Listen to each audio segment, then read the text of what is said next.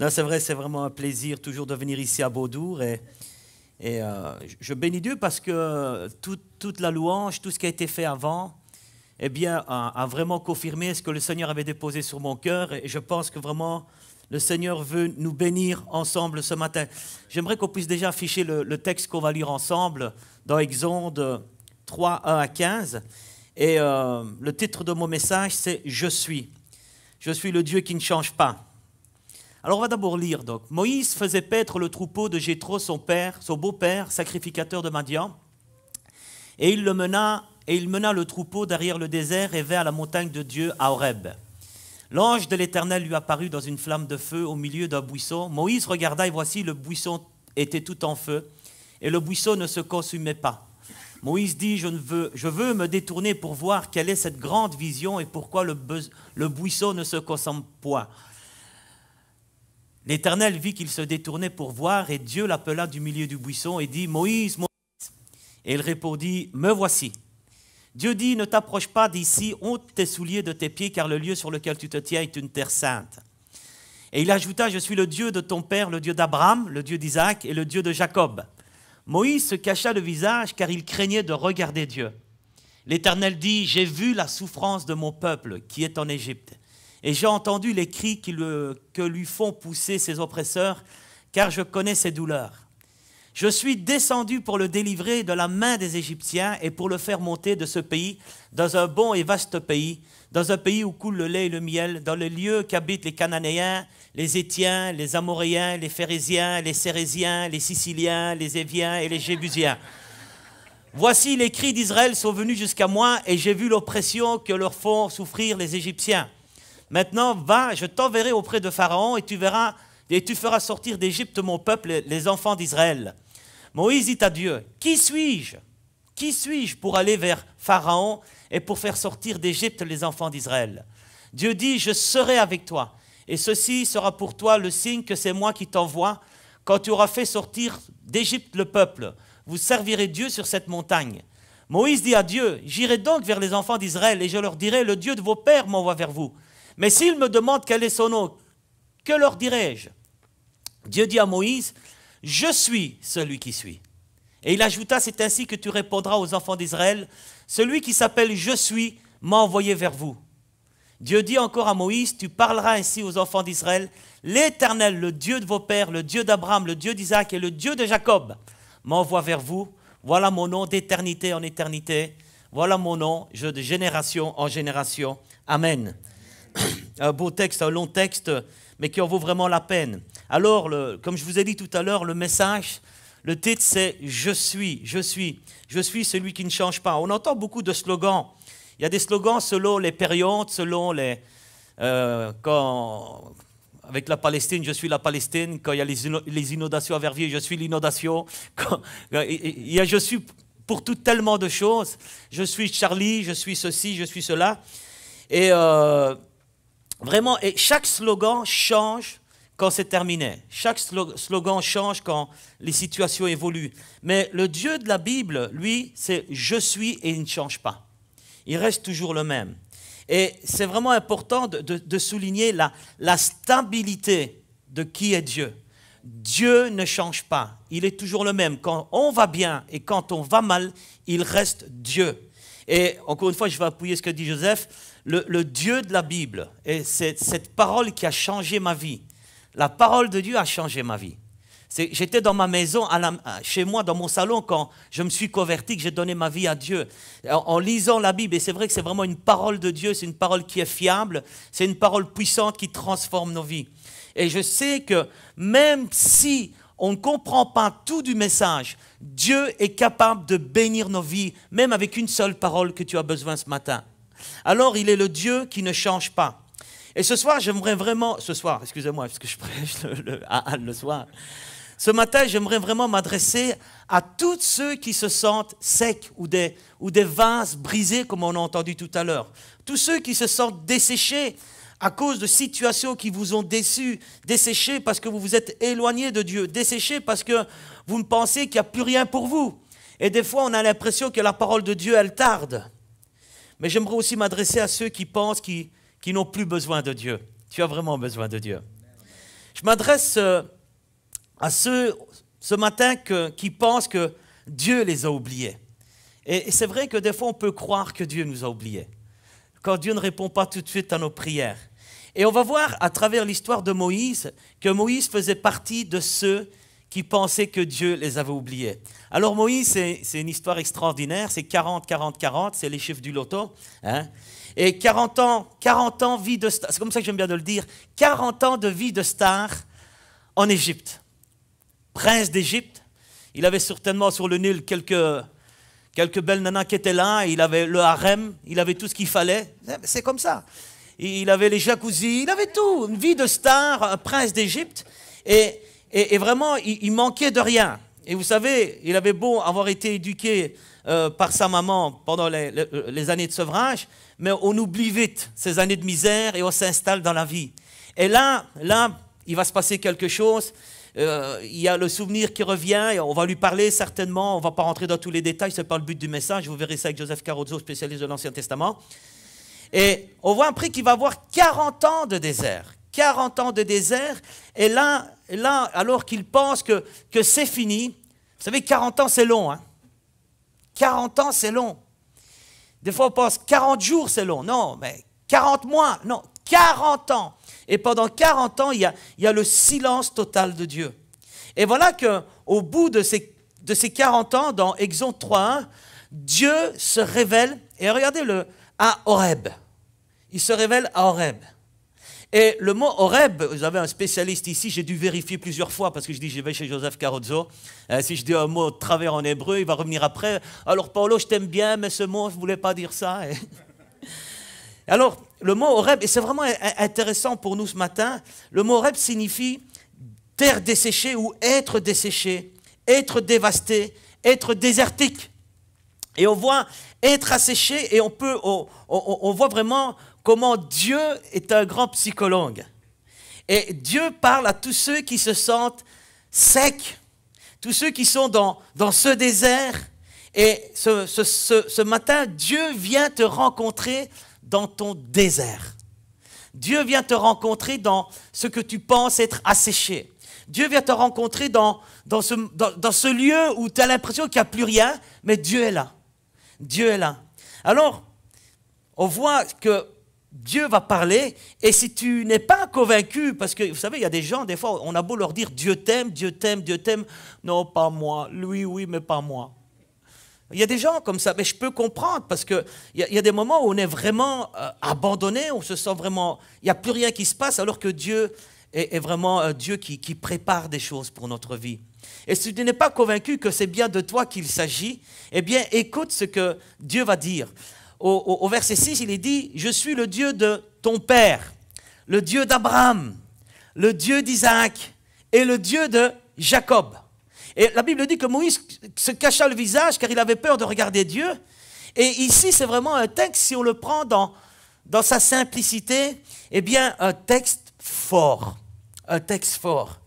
Il dit « Je suis le Dieu d'Abraham. » Waouh, le Dieu d'Abraham, vous savez, le père de la foi. Le père de la foi. C'est extraordinaire, on voit vraiment, waouh, alléluia, Abraham. Il dit, je suis le père d'Isaac. C'est extraordinaire encore. Vous savez, moi on me dit, Paolo, moi je suis le Dieu d'Abraham. Moi j'arrive pas, Abraham. Je suis le père d'Isaac. Moi, Isaac, j'arrive pas. Et regardez ce que Dieu va dire. Mais je suis aussi le Dieu de Jacob. De Jacob. Et ici, on voit que c'est un texte fort. Pourquoi? Parce que Dieu est en train de dire à Moïse, Moïse, je ne suis pas seulement le Dieu des héros de la foi, mais je suis aussi le Dieu des zéros de la foi. Jacob, l'usurpateur, il aurait pu dire, je suis le Dieu d'Israël, celui qui a été transformé, celui qui a été changé. Mais ici, il va dire, je suis le Dieu de Jacob. Et j'aimerais vous dire à certaines personnes, peut-être que tu penses que tu es le zéro de la foi. Peut-être que tu penses qu'avec toi, Dieu ne peut rien faire ou ne peut plus rien faire. Peut-être que tu as bien commencé et peut-être que tu es tombé dans le péché, tu as demandé pardon à Dieu et tu te dis maintenant c'est fini pour moi. Eh bien laisse-moi te dire que ce matin Dieu dit je suis aussi le Dieu des zéros, de ceux qui ont échoué, de ceux qui m'ont trompé, de ceux qui ont fait tellement de bêtises, mais je suis aussi leur Dieu. Je suis le Dieu des Jacob, de ceux qui échouent encore et encore. Et Moïse, Dieu dit à Moïse, je suis venu vers toi dans ta sécheresse spirituelle. Fais-moi confiance. Et j'aimerais dire à une personne ce matin, fais-lui encore confiance. Fais-lui confiance. Fais-lui confiance. Peut-être que tu as été déçu. Peut-être qu'on t'a fait mal. Cette personne-là, elle t'a fait mal. Mais Dieu reste Dieu. Il dit, je suis. D'éternité en éternité, je suis. Il est le même. Il est le même. Et Dieu n'a pas terminé. Dieu n'a pas terminé. C'est même le début. Et le lieu où se déroule cette expérience est un lieu au milieu de nulle part. Un lieu dans un désert asséché. Et quelque part, le lieu désertique asséché est à l'image du cœur de Moïse. Un cœur qui est abattu, un cœur sec, un cœur où il n'y a plus rien. Vous vous rendez compte, il était un prince d'Égypte et là il se retrouve à garder des moutons. J'aime bien de préciser, les moutons, ça pue. Ça sent mauvais les moutons. Avant il avait du Gucci et là il a du mouton là. C'est peut-être une nouvelle marque de parfum. Mais je ne sais pas si vous vous rendez compte.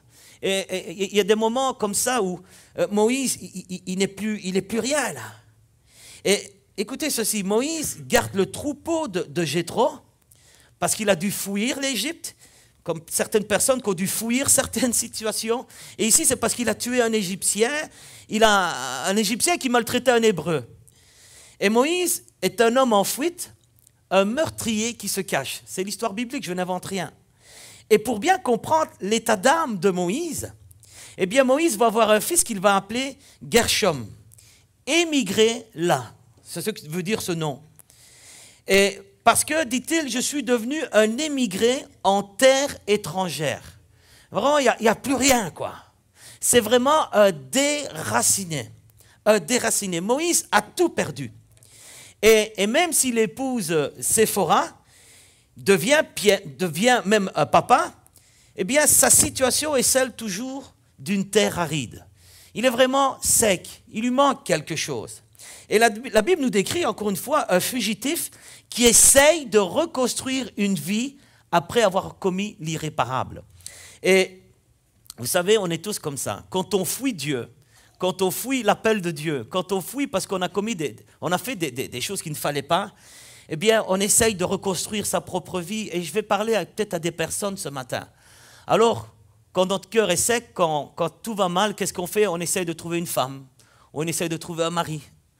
On se dit, ben, ça va bien se passer. Après, on s'aperçoit que même la femme ou l'épouse, ça ne va pas. Bon, on va faire des enfants. Et des fois, on pense que les enfants vont résoudre les problèmes. Mais ce n'est pas ça qui va guérir le cœur de Moïse. On va le voir ensuite ensemble. On voit que Dieu va intervenir. Et ce matin, je voudrais vraiment dire ceci. Dieu ne t'appelle pas à essayer de réparer ou de restaurer ta vie par toi-même. Dieu ne te demande pas de régler tes problèmes par toi-même. Vous savez, il y a des situations qui nous dépassent. Et j'aimerais dire vraiment à l'église de Beaudour, peu importe la tempête par laquelle vous passez, laissez faire Dieu. Laissez faire Dieu. Laissez faire Dieu.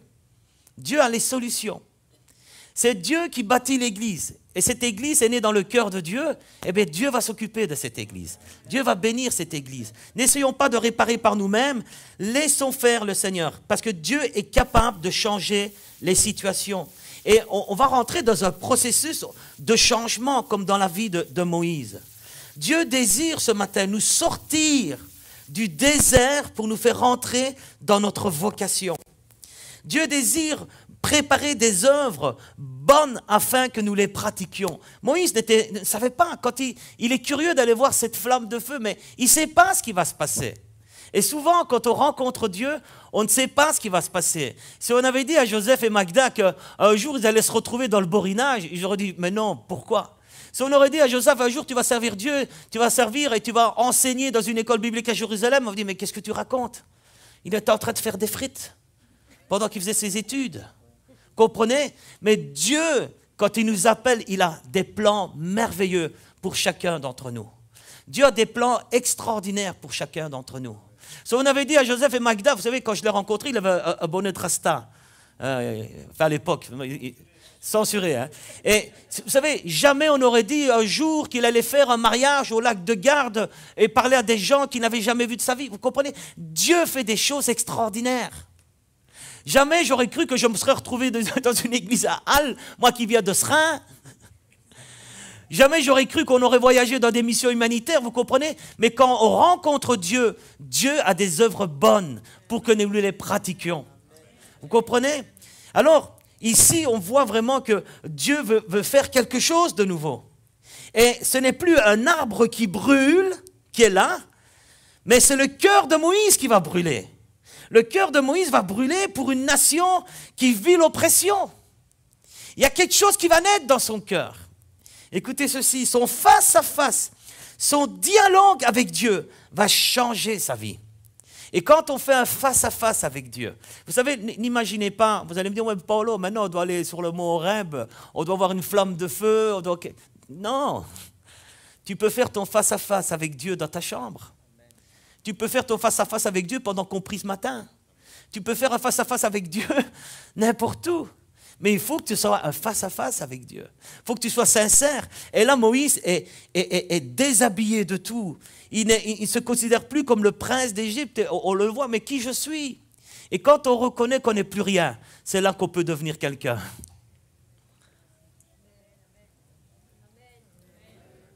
Vous n'êtes pas des zéros. Mettez un 1 devant. Vous êtes des 10 sur 10. Vous comprenez? Alors ce matin, j'ai vraiment un message qui voudrait vous apporter à croire qu'il y a de la vie encore. Tout n'est pas fini. Peu importe ce que tu passes, même si tu passes par la maladie, même si tu passes par un divorce, même si tu passes par une situation où on t'a blessé, Dieu n'a pas fini avec toi. Regardez ceci. Quand Dieu voit Moïse face à face, eh bien, il a osé se détourner de son train-train quotidien. Hein. Il ne savait pas ce qu'il attendait, mais Dieu savait ce qu'il allait devenir. Nous faisons notre part et laissons faire Dieu. Alors, la rencontre de Dieu et Moïse se construit, et là, les théologiens, ils aiment bien qu'on parle comme ça, la rencontre de Dieu et de Moïse se construit autour du verbe « voir ». Moïse voit le buisson. Moïse voit le messager de Dieu, Moïse voit les flammes, mais écoutez la suite, c'est extraordinaire. Alors vous voyez Paulo qui prêche, vous voyez Joseph qui prêche, vous voyez un groupe de louanges, vous voyez une église, mais Dieu, lui, il voit la misère, il voit l'oppression du peuple qu'il s'est choisi. Pendant que tu nous regardes, Dieu voit ton cœur. Dieu voit ton cœur. Dieu sait ce qu'il y a dans ton cœur. Et frères et sœurs, c'est rare quand je dis ça parce qu'on est mal placé pour le dire, parce qu'on est nous-mêmes les pasteurs, mais Dieu a placé des bergers, des pasteurs, justement pour qu'on puisse vivre des réveils. Ayez confiance en vos serviteurs. Ayez confiance aux hommes que Dieu place dans l'Église. Il y a même un texte dans les Chroniques où il dit « Faites confiance à Dieu et faites confiance à ses prophètes ». Faites confiance à Dieu et faites confiance à ses serviteurs. Et vous savez, pourquoi est-ce que je vous dis ça? Parce que quand Moïse va aller en Égypte, on va dire, mais c'est qui celui-là? C'est qui celui-là? C'est un temps aussi simple, on va dire, mais quoi est qui tout? Mais c'est qui celui-là? Asra, c'est qui ce baraki là? Comprenez? Mais Dieu prend les choses folles de ce monde pour confondre les sages. Dieu choisit des personnes. Et quand ces personnes sont investies par Dieu, ben regardez le résultat de ce beau bâtiment. Regardez le résultat. Et Dieu n'a pas terminé, frères et sœurs. Dieu n'a pas terminé. Alors Dieu voit plus loin. Et Exode 3,14, Moïse voit un buisson en feu, mais dans ce buisson qui se consume, il y a un Dieu qui a soif de liberté et de restauration. Permettez-moi cette liberté. Quand Moïse il va voir cette flamme, mais Dieu suscite une curiosité. Parce que dans le cœur de Dieu, c'est Moïse, il faut que tu te réveilles là. Maintenant, il faut que j'ai besoin de toi. Parce qu'il y a un peuple qui souffre. Il y a des gens qui sont opprimés. Dieu a soif de voir la liberté de son peuple. Dieu, en lui, ça bouge, ça brûle. Il veut sauver. Il veut changer les situations. Comprenez ce matin, Dieu veut vraiment changer ta situation. Il faut vraiment que tu rentres dans cette optique que, oui, Dieu, tu vas t'occuper de moi. Parce qu'il veut le faire. Dieu désire que nous puissions aller avec ce nom. Je suis celui qui suis. Celui qui s'appelle Je suis m'a envoyé vers vous. Et ce matin, Dieu m'a envoyé vers vous pour vous dire qu'il a soif de liberté pour votre vie. Qu'il a soif de restauration pour votre vie. Dieu a un désir profond. Et vous savez, ce grand Je suis, et si on peut mettre cet autre texte de l'évangile de Jean au chapitre 8, 58, on va voir quelque chose d'intéressant, c'est que la Bible, c'est une unité parfaite. Le même auteur, le Saint-Esprit. Jésus leur dit en vérité, je vous le dis, avant qu'Abraham fût, je suis. Je suis. Et pour ceux qui sont profs de français, vous dire, mais il y a une faute de temps là. Ça aurait dû être j'étais. Non, c'est je suis. Pourquoi? Parce que Jésus, c'est je suis.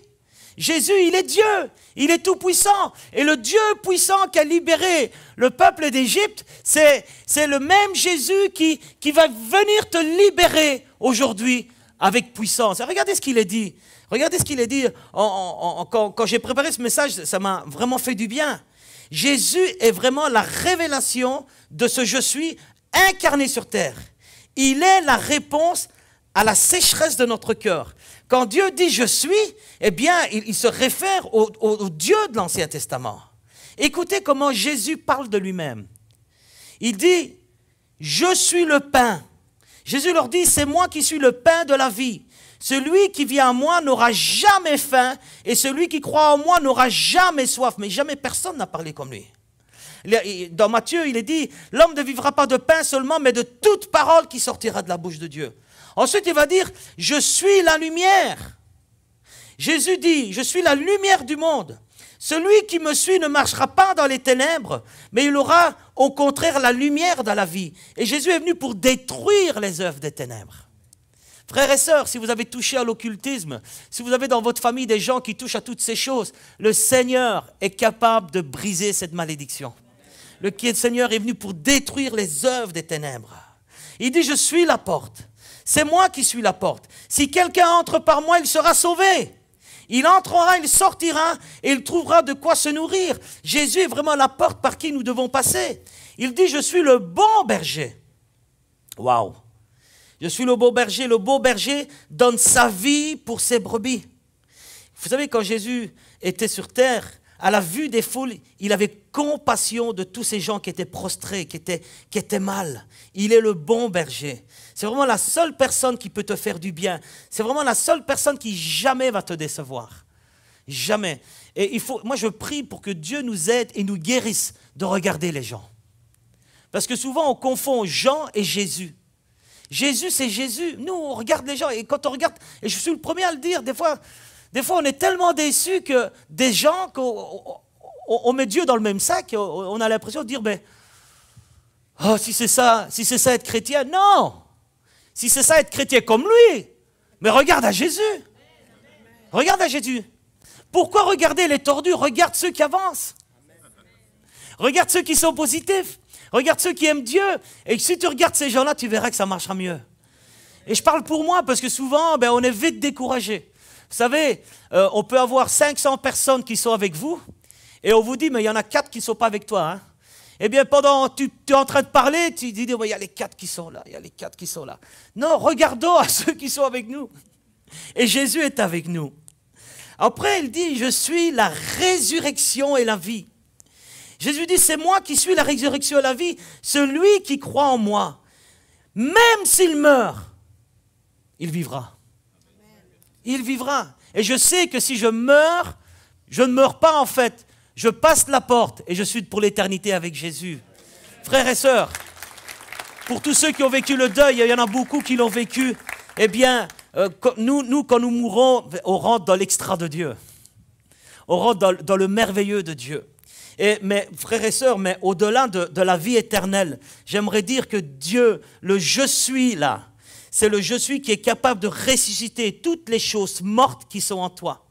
Tout ce qui a été détruit par peut-être un ami, peut-être détruit par un mariage, détruit par une désillusion.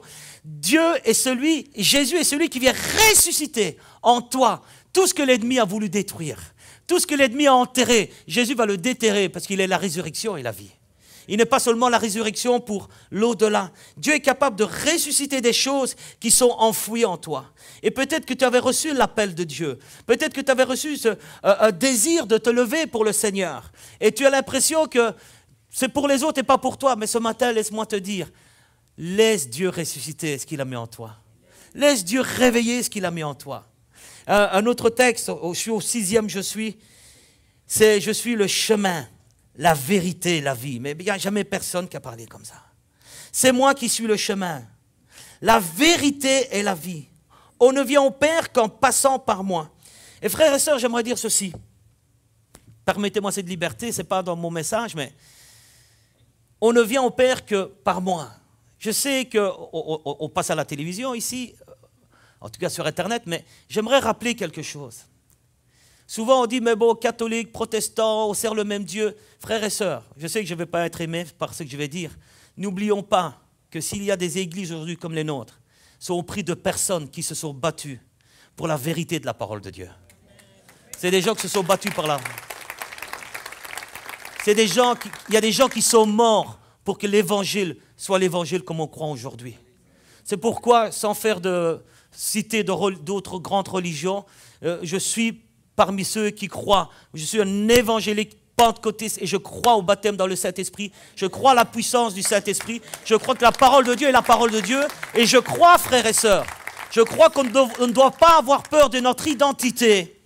On ne doit pas avoir peur de notre identité pour avoir l'unité. Ce n'était pas dans mon message, mais je vous le dis. Il est le chemin, la vérité et la vie. Pour être sauvé, on doit passer par Jésus. Point barre. Il n'y a que lui qui sauve. Alors je continue, il dit, et c'est le dernier, je suis le vrai sceptre. C'est moi qui suis le vrai sceptre et mon Père est le vigneron. Et si nous sommes attachés à lui, eh bien sa vie va couler en nous.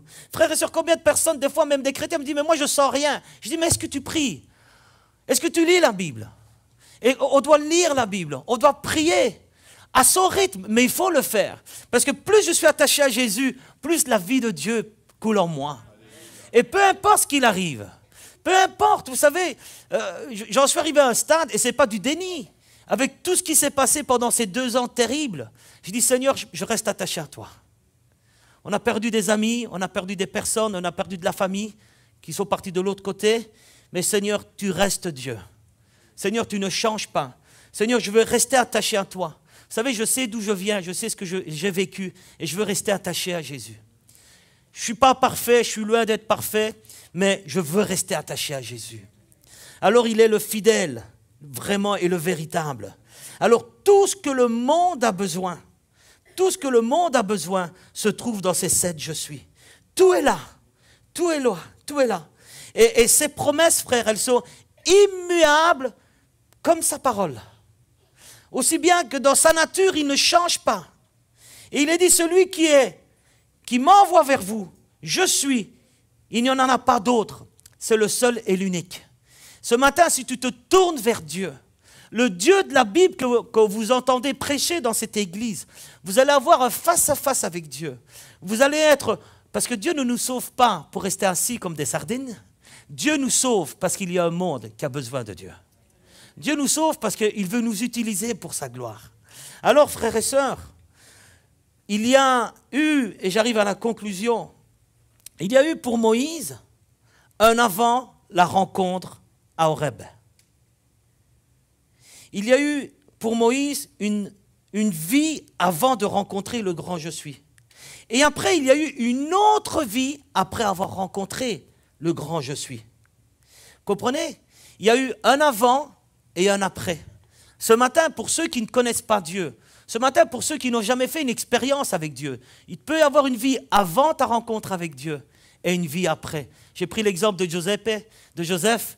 Mon exemple, nous, on n'a pas grandi dans une famille chrétienne et on a eu une vie avant, on a eu notre rencontre avec Jésus et après il y a eu une nouvelle vie avec Jésus. Et je crois qu'au Seigneur a 2 mains pour la revivre. Au Seigneur a 2 mains pour la revivre. Alors, le je suis de la Bible est puissant. Il te donnera, frères et sœurs, chers amis, ce que ton cœur a besoin pour vivre une nouvelle vie, si tu ne la connais pas. une nouvelle direction, et peut-être que Dieu parle à des personnes ce matin, une nouvelle direction pour le service. Aujourd'hui, ce matin, Dieu désire te faire quitter Horeb, ta sécheresse, pour te faire rentrer dans une terre qui produira quelque chose. On va prier. Seigneur, je veux vraiment te dire merci, Seigneur. Parce que, encore une fois, à travers cet épisode de Moïse, tu nous montres, Seigneur, qu'on peut, Seigneur, vivre une nouvelle chance avec toi.